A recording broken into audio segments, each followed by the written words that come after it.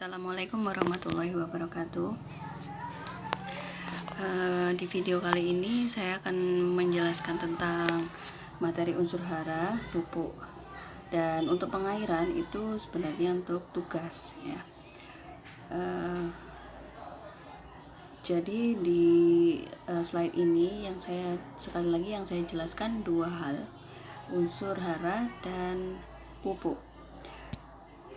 Tapi nanti untuk pengairan akan saya berikan modul.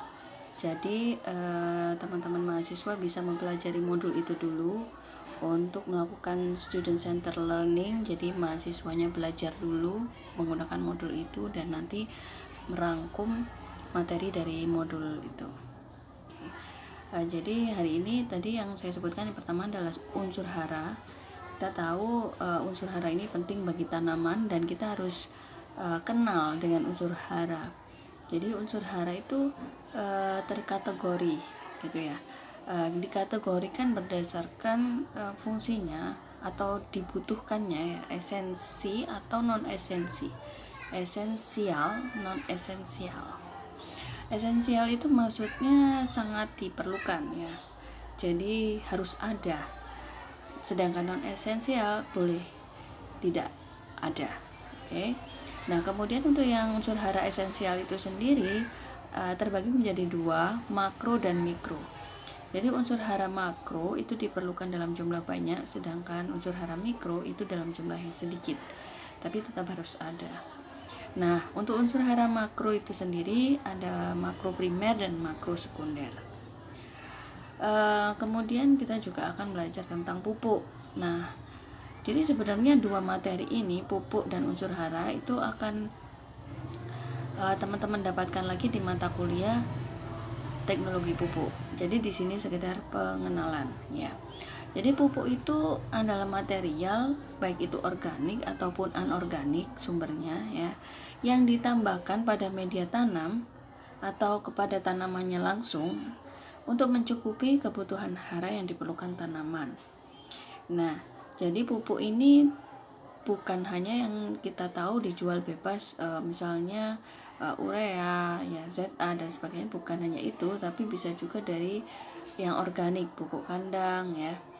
Nah, dan ini bisa ditambahkan melalui media tanamnya atau bisa langsung ke tanamannya, langsung ke tubuh tanaman langsung, misalnya pupuk cair yang disemprotkan ke daun. Nah, intinya tujuan pemberian pupuk ini untuk mencukupi kebutuhan hara. Nah, kemudian yang tadi pengairan, di modulnya nanti akan dibahas banyak hal, tapi yang saya fokuskan untuk rangkuman ada di macam irigasinya. Jadi ada beberapa macam irigasi. Nah, nanti teman-teman belajar mengintisarikan bacaan di macam irigasi ini gitu. Baik, yang pertama unsur hara. Kita tahu tadi dibahas bahwa makro esensial, unsur hara yang diperlukan dalam jumlah besar, ini ada dua, primer dan sekunder. Nah, untuk yang primer ada unsur hara N, ya, nitrogen. Fungsinya untuk menyusun protoplasma, asam amino, protein, klorofil, dan pastinya untuk pertumbuhan vegetatif tanaman. Jadi nitrogen ini lebih ke pembentuk asam amino ya, protein. Nanti teman-teman semua akan mendapatkan mata kuliah genetika, itu juga akan tahu bagaimana kok nitrogen ini menyusun asam amino tadi ya. Oke, kemudian yang kedua P, fosfor. Fungsi utamanya penyusun asam nukleat, dan ini juga masih berkaitan dengan inti sel, juga di materi genetika ya. Kemudian transfer energi, aktivasi enzim, dan pembentukan biji dan buah. Ini diserap dalam bentuk PO43- ya. Jadi sifatnya, nah tadi yang saya kelupaan, sifat nitrogen itu mobile, fosfor ini juga mobile, kalium ini nanti sifatnya juga mobile. Ini maksudnya unsur hara itu bisa bergerak istilahnya gitu ya. Jadi maksudnya bisa diuraikan dan bergerak ke bagian tubuh tanaman yang membutuhkan gitu. Kemudian yang kalium ini fungsi utamanya adalah penunjang metabolisme dan akselerator enzim, juga untuk kontrol gerak stomata. Jadi menutup dan membukanya stomata itu dikontrol oleh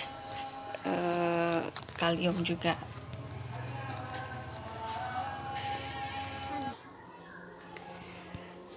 Untuk makro esensial yang sekunder ada Ca, ya, kalsium. Fungsi utamanya pembentukan tunas pertumbuhan dan pembungaan. Ya, jadi kalau misalnya mau memfokuskan ke pembungaan, misalnya diberikan pupuk yang banyak mengandung kalsium.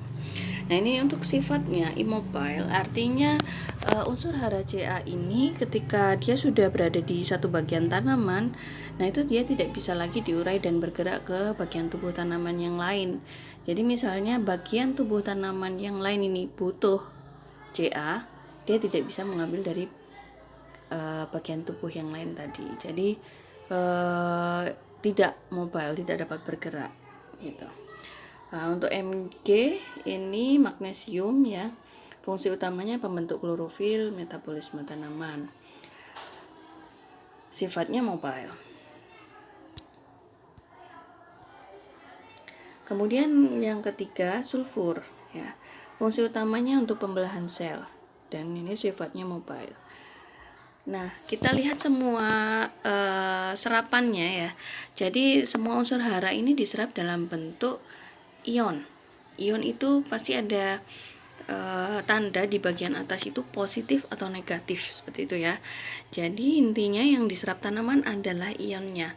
Walaupun berasal dari organik, bahan-bahan organik, misalnya pupuk kandang ya, dari kotoran ternak, itu semuanya tetap yang diserap adalah kimianya, ya, berupa ion. Jadi kalau misalnya kita tahu pupuk organik itu lebih baik misalnya karena yang diserap adalah organik, sebenarnya mau itu pupuk organik atau mau itu pupuk kimia, semuanya tetap yang diserap adalah senyawa kimia juga gitu, ion positif, ion negatif.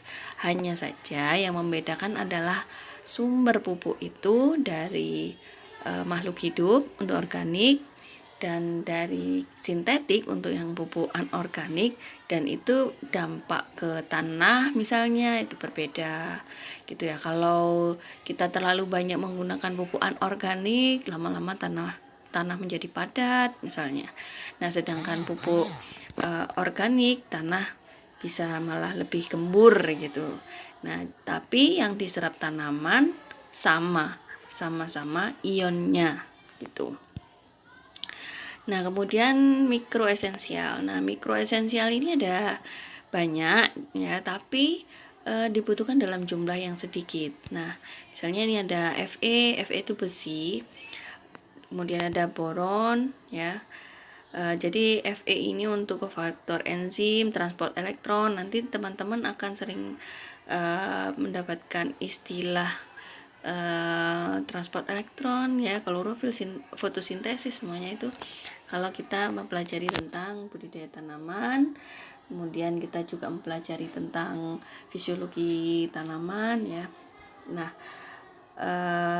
selain 3 ini ada lagi zinc ya, dan ini juga disebut DNA ya. Nanti kita akan banyak berkenalan DNA di genetika.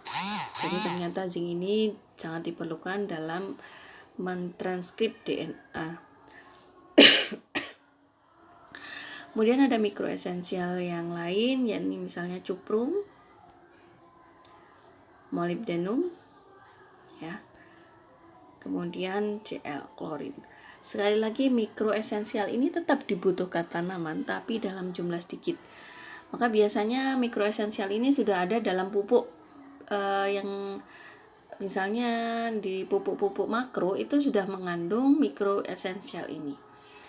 Jadi jangan khawatir, biasanya pupuk itu sudah mengandung pupuk makro itu sudah mengandung mikroesensial.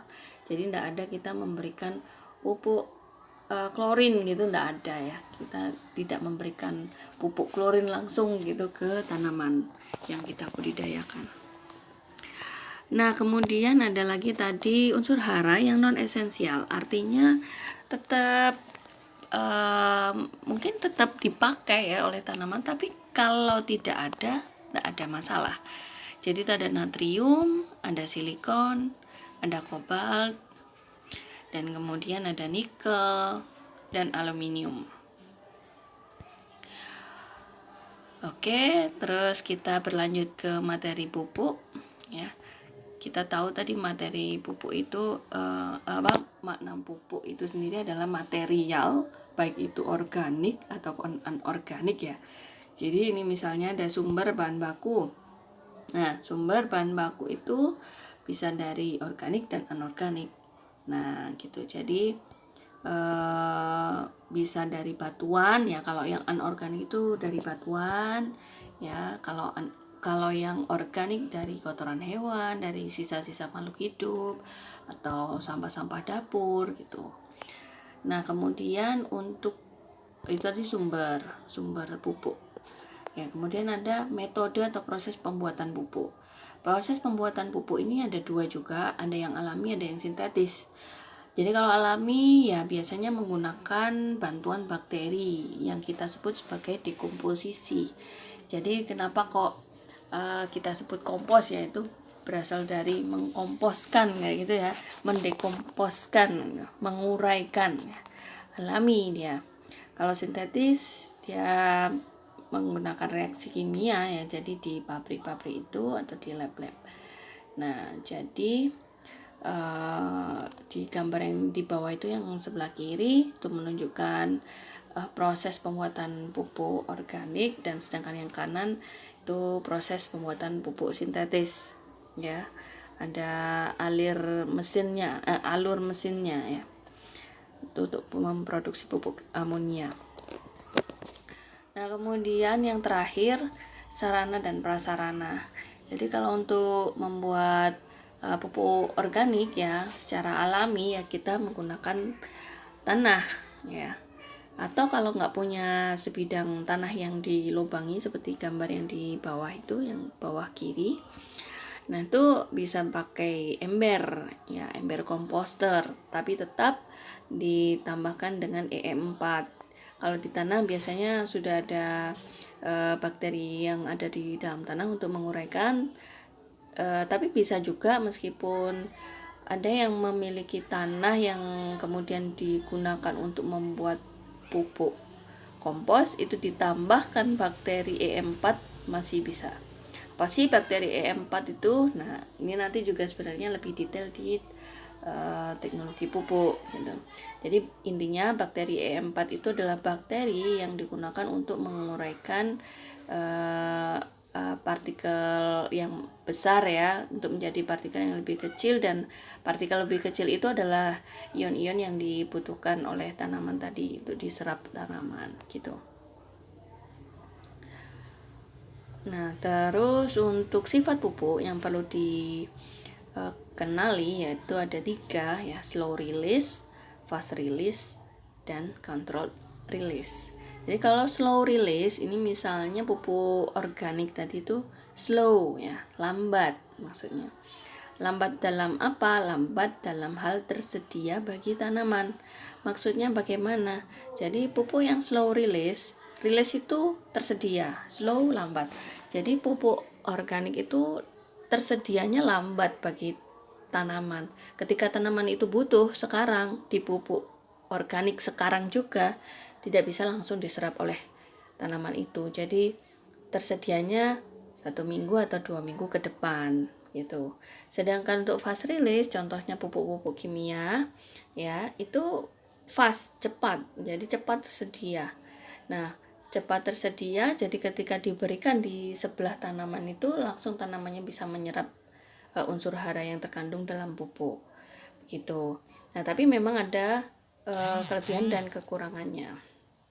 Untuk kontrol release, nah ini mungkin biasanya ada yang mengenal di hidroponik. Jadi hidroponik itu kan pupuknya cair. Nah, pupuk cair itu kan ada di ember atau di baknya ya pupuknya. Nah, kalau ada di baknya cair gitu, apa nggak menguap, apa nggak terlepas lah ke udara atau seperti apa sehingga dia tidak mengandung pupuk misalnya. Nah, jadi kalau di pupuk-pupuk hidroponik itu biasanya ada yang namanya kelat. Kelat itu lapisan untuk melindungi senyawa yang unsur haranya, sehingga menjaga unsur hara itu tetap ada, tetap tersedia ketika tanaman membutuhkan. Sedangkan jika dia tetap berada di kontainer atau di ember hidroponiknya, dia tetap tidak akan menguap karena dia ada pelapisnya tadi itu. Nah, biasanya untuk pupuk-pupuk yang kontrol rilis ini mahal seperti itu. Baik, dua materi yang sudah saya sampaikan tadi, unsur hara dan pupuk, dan yang terakhir ini pengairan, nanti akan saya share di grup kelas untuk modulnya. Dan saya minta untuk teman-teman mahasiswa membantu saya memahami materi tentang macam irigasi ya di modul itu, dan kemudian dituliskan rangkumannya gitu. Baik, terima kasih. Sekian dulu presentasi saya. Assalamualaikum warahmatullahi wabarakatuh.